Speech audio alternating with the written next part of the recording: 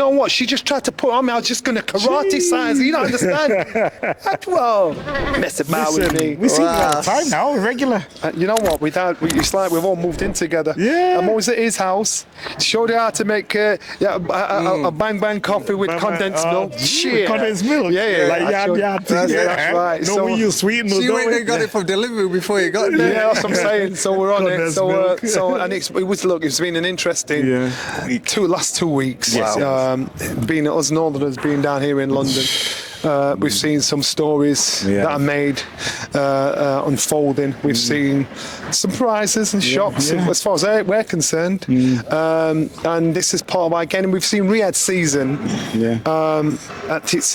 so far at its highest. To be recognised, to tick every box, to get the fights that we could only dream of. So again, what a time to be in our sport. So what do you think of the weekend of AJ and Dubois? Now you've recovered now. Let's start for this. Let's go forward this, because this is fun. This make me laugh. Right?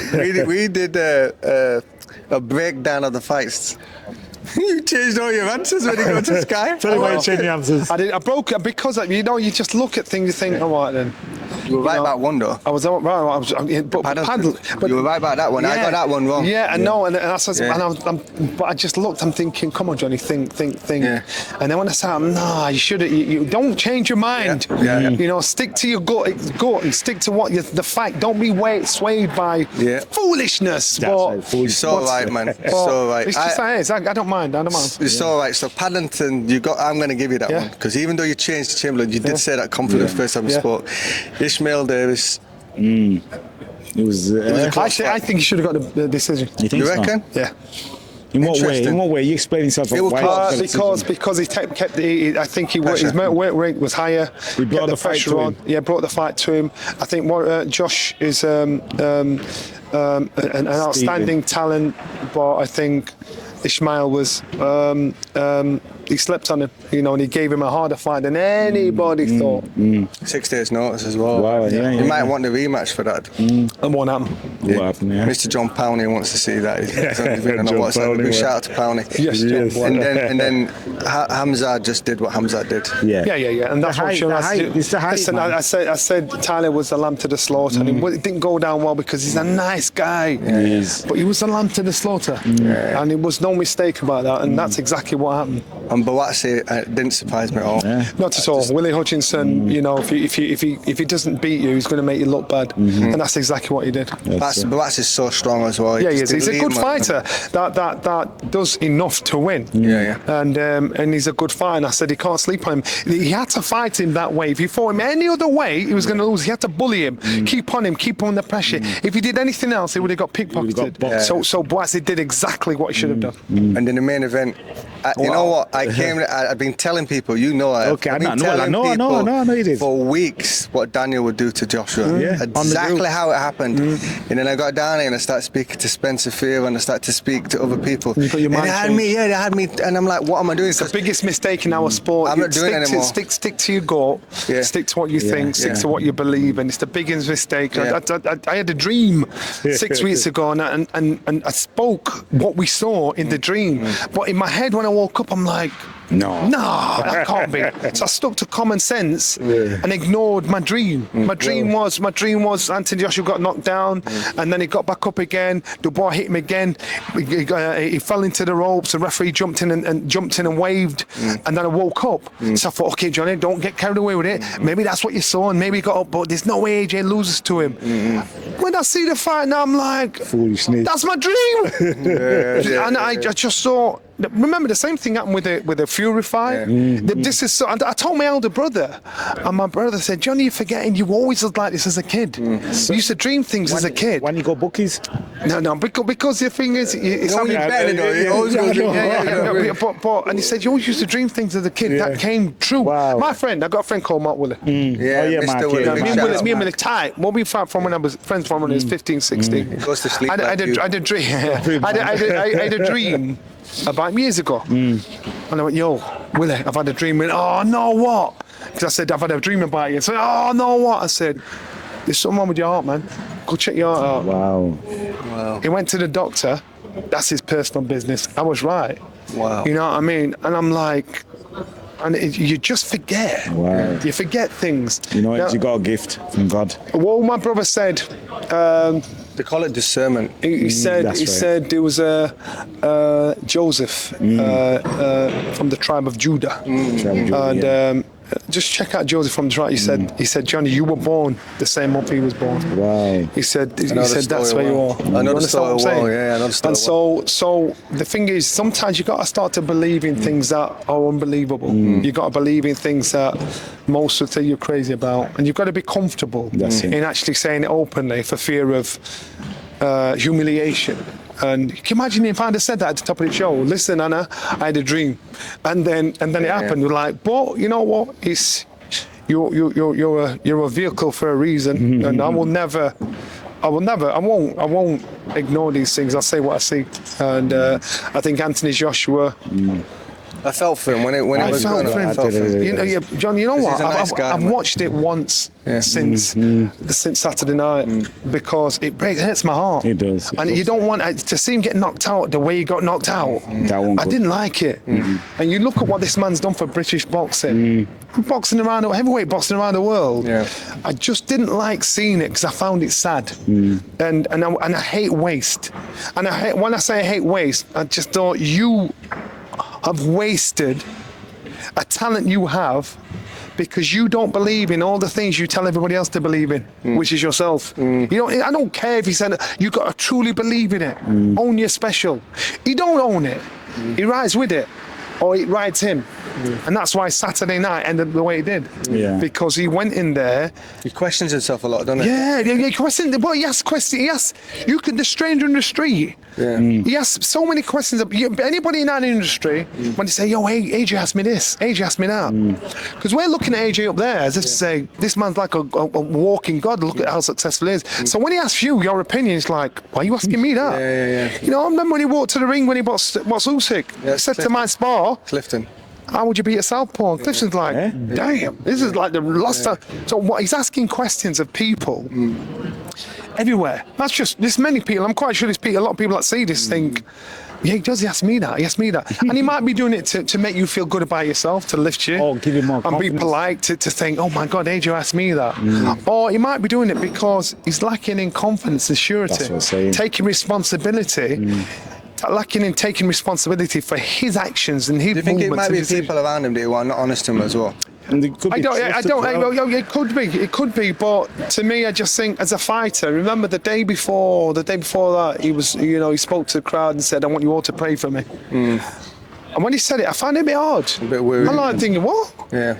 Because I don't sound a man that truly believes in himself. Oh, it might be a God-fearing man. But if it was a God-fearing man, I'd say, I'd like you to pray for the both of us. But it showed me a man that actually doesn't have faith in himself. And he's an unbelievable motivational speaker in regards to inspiring people. Think this about yourself, think positive, keep trying, blah blah. And I get it because where he's come from to where he is, I understand that. But he doesn't truly believe in what he's saying to people because you see it. There's no consistency in what he's doing. For everything he's achieved, all the success he's had, to then fight the way he does, you think, well, what's happening? But people are frustrated because we've seen how brilliant he can be. We've seen how destructive he can be. So when he neglects it, you think, what are you doing? So there's no consistency in growth in a positive way. You understand what I'm saying? So if he's doing so well, and then he forgets it, you put your hand in a fire once, ouch, that hurt.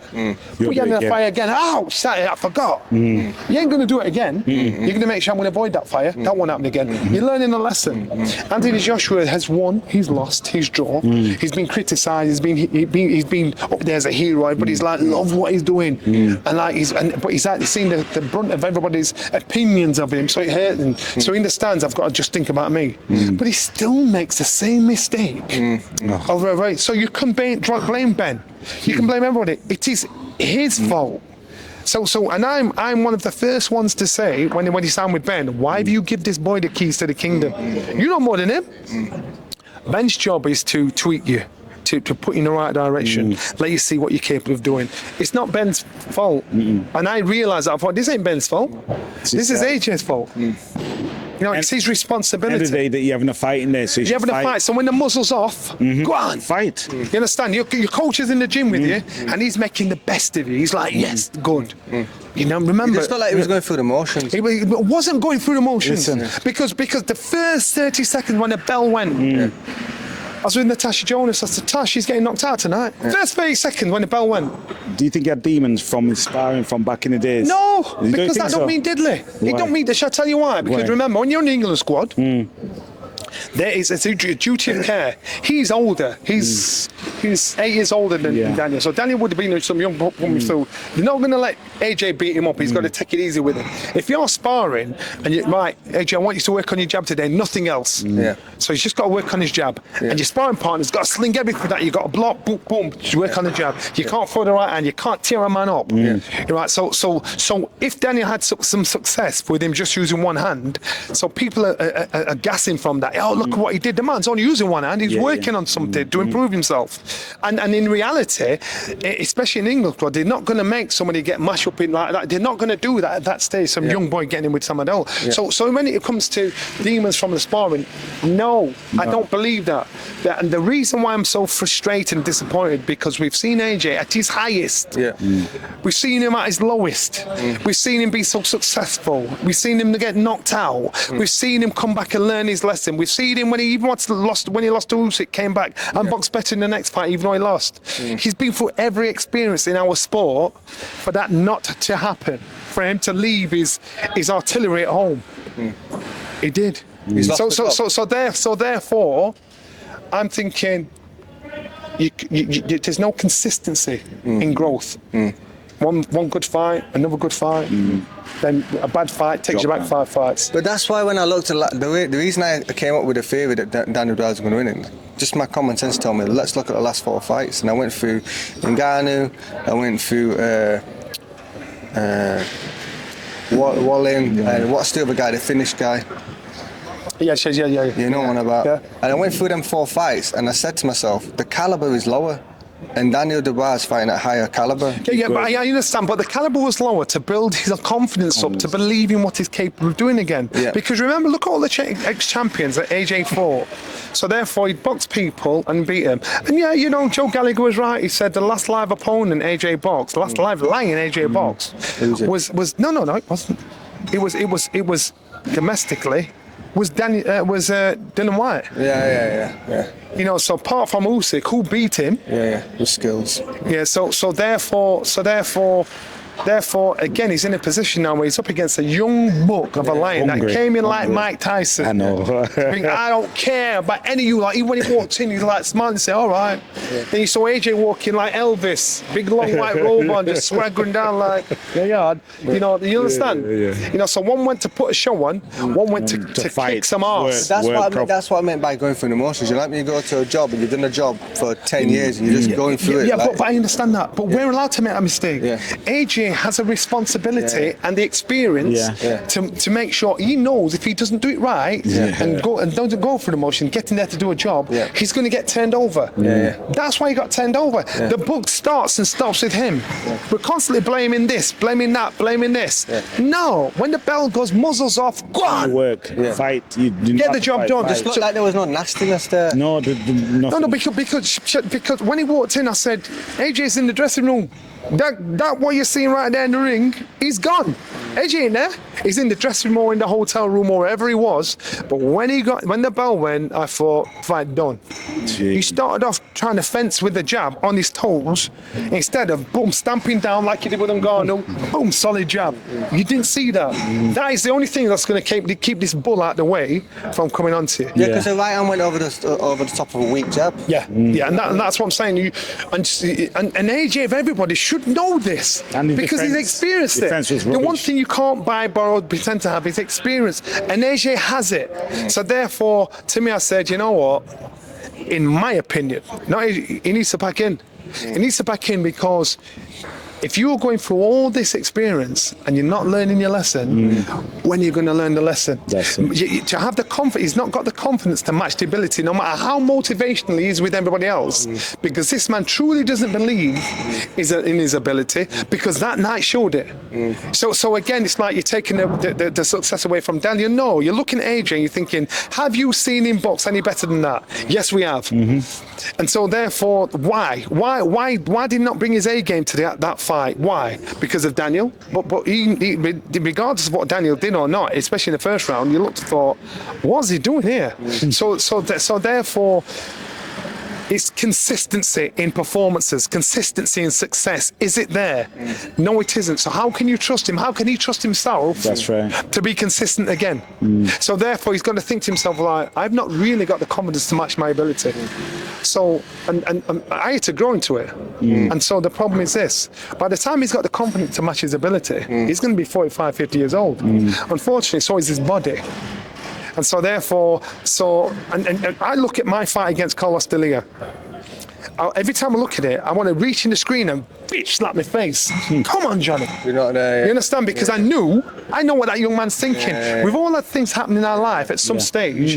You know, in our past, we thought this is the worst thing that could ever happen in my life. Now, as an adult, we look back and think, flipping egg. You know, back then I thought that was the worst thing that could happen. But you've grown up. This is AJ's moment, where when he's 45, 50, he's going to look back at Saturday, and he'll know, I can't believe what I did.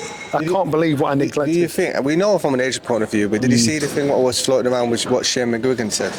I do, and I understand. Listen, trainer got on trainer. It doesn't matter. It's people are trying to point out, you know, Ben should have done this, Ben should have done that, and I still think Ben's got the keys to a kingdom that he shouldn't have had. But AJ put his trust in him.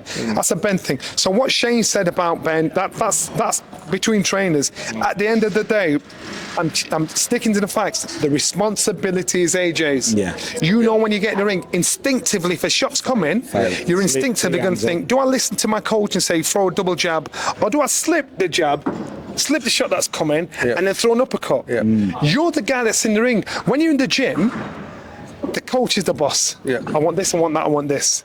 When you step up the ropes and step up the stairs and get in the ring and it's fight time, his job is to take the muzzle off and remind you what you can do. But instinctively, you've got to say, no, this is what I'm doing, bam. That's what I'm doing, bam. That's what I'm doing, bam. Again, Naz wouldn't be Naz without Brendan. Brendan could never box as good as Naz. David Beckham wouldn't be David Beckham without Alex Ferguson.